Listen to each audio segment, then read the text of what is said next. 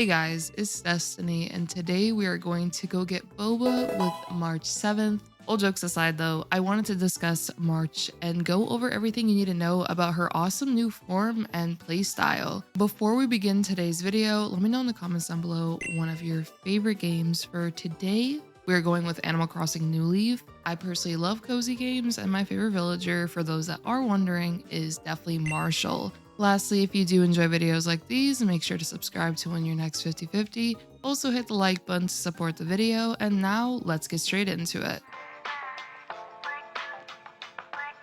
Let's begin with March 7th's kit. March 7th is an imaginary hunt character who specializes in making an ally her Shifu, which is essentially her master, and she'll be able to provide that ally buffs, plus enhance her own playstyle depending on who you use her skill on. March 7th's skill will dedicate an ally as her Shifu by handing them some delicious boba, and this will increase that ally's speed, similar to Jade's Deader State with her skill. And this skill will last on an ally until you switch March 7th's master by reapplying the skill on a different team member. Typically speaking though, you will use the skill once on a dedicated ally, and from there you don't really have to use March 7th's skill again for the rest of the battle. As for the additional benefits that March will gain from her Shifu, when using her basic attack or enhanced basic attack, she will deal additional damage if the ally is part of the Erudition, Destruction, or Hunt path. If your ally is part of the Harmony, Nihility, Abundance, or Preservation path,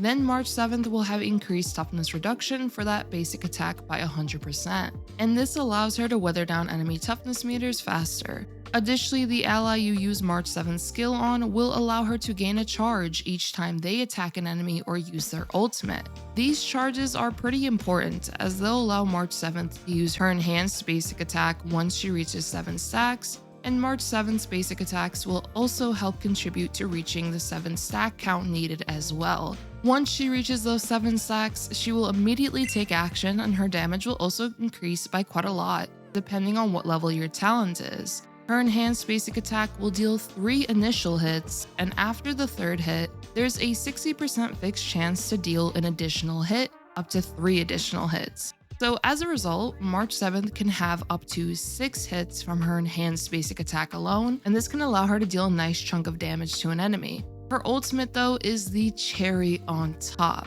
It will cost 110 energy, and this will allow her next enhanced basic attack to have 2 additional hits guaranteed, and increase the fixed chance by an additional 20%, which now means at a minimum, you'll hit the enemy 5 times with 80% fixed chance to gain additional hits, and this results in a maximum of 8 total hits with her enhanced basic attack if you end up getting each additional hit from the 80% fixed chance, and this will definitely ramp up her damage for sure. I would highly recommend to use her ultimate prior to her next enhanced basic attack to ensure you have those 2 additional hits right off the bat and have a higher fixed chance to get 8 total hits. When it comes to March 7th's technique, she will gain 1 charge point each time an ally uses their technique, up to 3 additional charge points. And she also gets an additional 30 energy at the start of a fight, which is really good because this will allow her to use her first enhanced basic attack very quickly into a fight, since she can start off with 3 out of the 7 required charges, and she can also use her ultimate very quickly as well and amp up that enhanced basic attack. As for March's traces, this is where her utility and strength gets even better.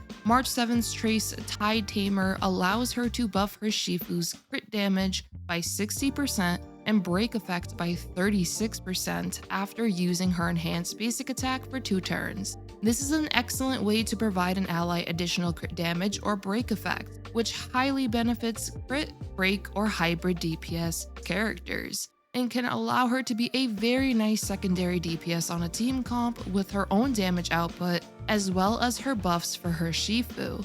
As for March 7th's secondary trace, Filigree, she can reduce an enemy's toughness based on her Shifu's element, which means, let's say you give the boba to Topaz Numby, right? And the enemy is weak to fire but not imaginary, March 7th will still be able to reduce the enemy's toughness meter regardless, which gives her huge utility in being able to assist withering down enemy toughness meters no matter what. and helping contribute her own damage as well. This further allows her to be a very nice secondary DPS on a team comp. As for March 7th's final chase, Swan Soar, she will be advanced forward by 25% when the battle begins, which is essentially a free Von Quack set on her. Plus, she can easily start off with the battle by making an ally her Shifu with her skill right off the bat. She will also get an additional 28% attack, 24% crit damage, and 12.5% defense from her traces. For leveling up her traces and priority, you'll want to prioritize her basic attack, as this is where majority of her damage will be coming from, then her skill and her talent, and lastly her ultimate. When it comes to playing March 7th, you'll want to designate your Shifu at the start of a fight by handing them some tasty boba, and from there focus on getting her ultimate as well as charges for her enhanced basic attack. March 7th will also be pretty skill point positive, because of her only having to use her skill once in a battle if you keep the designated Shifu the same. For a tip on who to designate as the Shifu, I would recommend an ally who has high attacking frequency, such as follow-up attackers, fast characters who can attack often, and so on. And the reason I say this is they'll be able to assist with quickly getting March 7th the sacks she wants, and here would be a quick example of how rotation can be, and this of course also depends on who her Shifu is, as this can change the frequency of how often she'll get her charges. Now that we've gone over her kit and things to keep in mind when playing her, let's go over those Eidolons. March 7th's Eidolons will be free to acquire, and they will step her up a notch with her combat capabilities and utility. March 7th's first Eidolon allows her to increase her speed by 10% when her Shifu's on the field, and this will be a nice way to get certain or higher speed thresholds easier. As for March 7th's secondary Eidolon, she will now launch a follow-up attack whenever her Shifu uses a basic attack or skill to attack an enemy. And March will also gain a charge from unleashing this follow-up attack, as well as receive the benefits from her Shifu's path with this attack. Her third Eidolon will increase her basic attack level and skill level. As for her fourth Eidolon, she'll regain 5 energy at the start of her turn, and this will assist with her getting her ultimate faster to enhance her next enhanced basic attack. Her fifth Eidolon will increase her ultimate and talent levels. And lastly, her final Eidolon will increase the crit damage dealt of her next enhanced basic attack by 50% if you use her ultimate.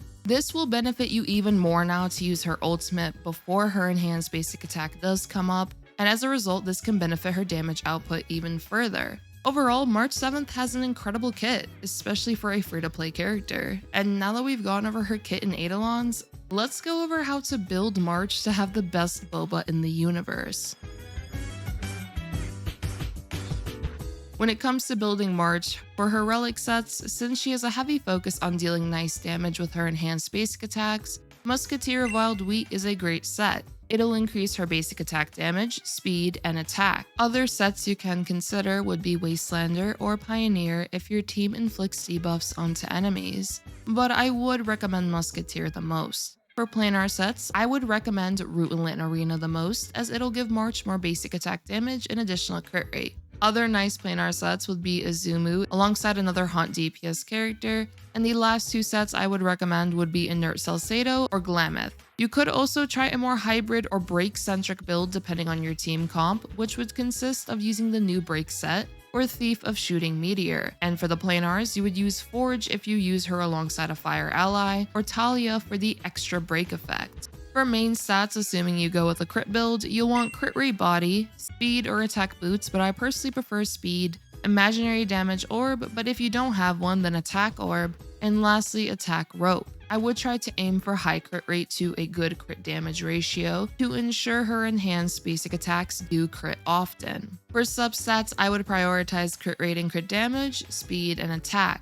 For her speed, you can go for 124 speed minimum, as her first Eidolon will allow her to get to 134, since she'll gain 10% more speed if her Shifu's on the field. If you go with the break hybrid build, then crit rate body, speed boots, imaginary damage or attack orb, and lastly break effect rope will be the way to go. For the hybrid builds, you can have a bit lower crit ratios while having higher break effect. For substats, you'll be looking at break effect, crit rate and crit damage, speed, and attack. Similar to before, a minimum of 124 speed will be good. If you have higher speed though, this can allow you to attack more often to break enemies faster. Additionally, in battle, you'll want to ensure that March 7th will have 250 break effect or higher, so she could take full advantage of the Iron Relic set. As for light cone options, I would recommend cruising in the Stellar Sea as a free-to-play option, as it'll allow March 7th to get more crit rate, which is very beneficial for her getting a high crit rate to crit damage ratio. If you do have any of the premium Hunt light cones, these will also be very powerful options for Boba March.